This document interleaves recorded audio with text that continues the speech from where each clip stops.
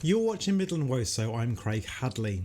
We begin this week's show at the Valley Stadium. Rugby Borough were looking to bounce back from a surprise defeat to Stoke City last weekend with a trip to West Bromwich Albion.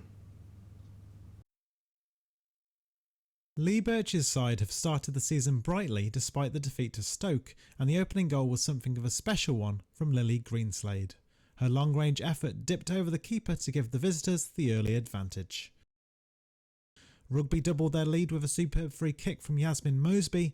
Goalkeeper Anna Miller could do nothing to stop this strike.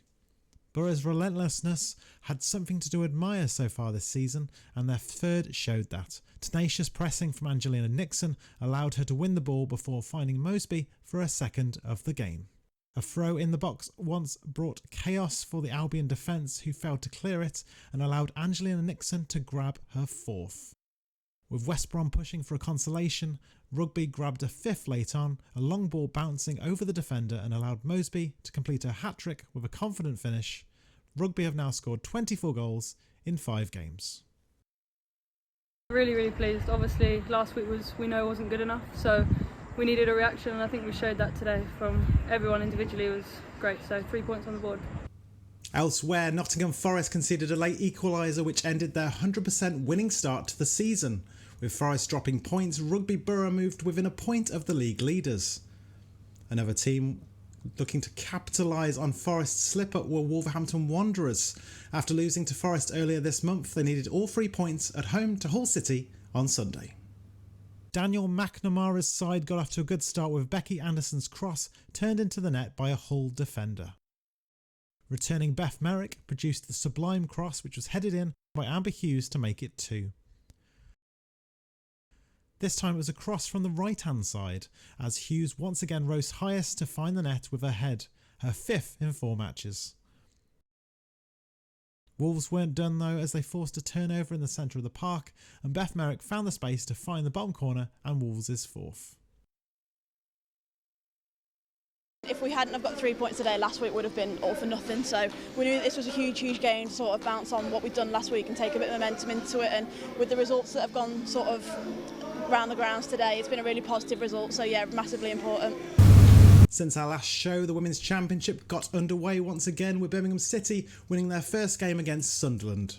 Would Amy Merrick's side make it 2 wins in a row as the Blues went to local rivals Bristol City? Birmingham City celebrated a win last time they visited Ashton Gate, but found it much tougher this time out. Tegan McGowan denied by Fran Bentley early on. Blues' keeper Lucy Thomas was made to work too, denying Jamie Lee Napier's header. An uncharacteristic misplaced pass from Niamh Heron led to arguably the best chance of the game for Bristol City. Abby Harrison playing the ball across the 6-yard box, but Rebecca McKenna denied the hosts with a last-ditch block. Birmingham's best chance also came in the second half, Tegan McGowan shrugging off the defender before forcing Bentley into a sharp save low to her right. In a game of very few chances, the slightest error could have mattered, so as the ball pinballed around the box, Heron remained steadfast and denied Harrison from close range. Substitute Jess Woolley tried to look late on, but the game ended with both sides still unbeaten in the Women's Championship. Credit to Bristol, they made it really tough, stretched us at key moments. I want to commend the team on their attitude and their efforts in defending the line. I think there were some huge blocks at the end to make sure we come away with a point, which I think shows the good signs, because if you can do that on a bad day, then it will help you moving forwards. Over to the Women's National League once again as we look, 2 more Midland sides were in action, this time in the Division 1 Midlands. 4th tier Sutton Coldfield went in search of their second away win of the season when they travelled to Peterborough. Sutton Coldfield got off to a perfect start when Emily Hornsby raced off to take the lead. Peterborough would respond, equalising through Keir Perkins, albeit at the second attempt. The visitors would not be denied though, and they retook the lead. A great run down the right by Olivia Woolston, who finished her sprint with a calm finish into the far corner. Peterborough bounced back, Megan Lawler with this audacious finish from distance to level the score. The hosts then took the lead for the first time in the match, substitute Lauren Wilshaw racing down the left-hand side before hitting it across the keeper in what would be a 5-2 win. thought on the front foot we looked so good, but you can't win games if you ship 5 goals and just little mistakes. And at this level, when you're playing against the best in the league, you know, they're 4 for 4 for a reason, or 5 for 5 now, that if you're not 100% at it for 90 minutes, they'll come good and they'll punish you, and they have. Also in action in the Division 1 Midlands was Worcester City. The newly promoted side were still looking for their first win of the season as they headed to the Holywell Sports Complex. Loughborough Lightning, their opponents, missed out on promotion last season on goal difference and have certainly started this season with an eye for goal. The Leicestershire side have scored a minimum of 4 goals in each of their league games going into this one, and that record continued.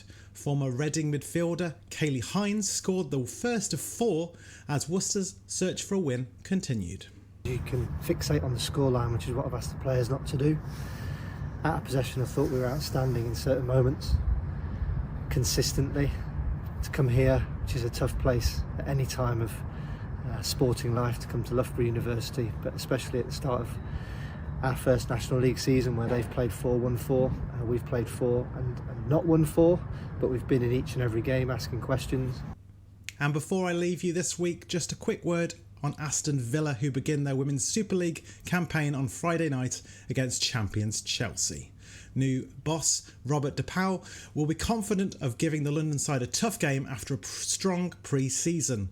Villa recently beat Manchester City 2-1 thanks to a goal from Lucy Stanleyforth. Thanks for watching, and we will see you again next time.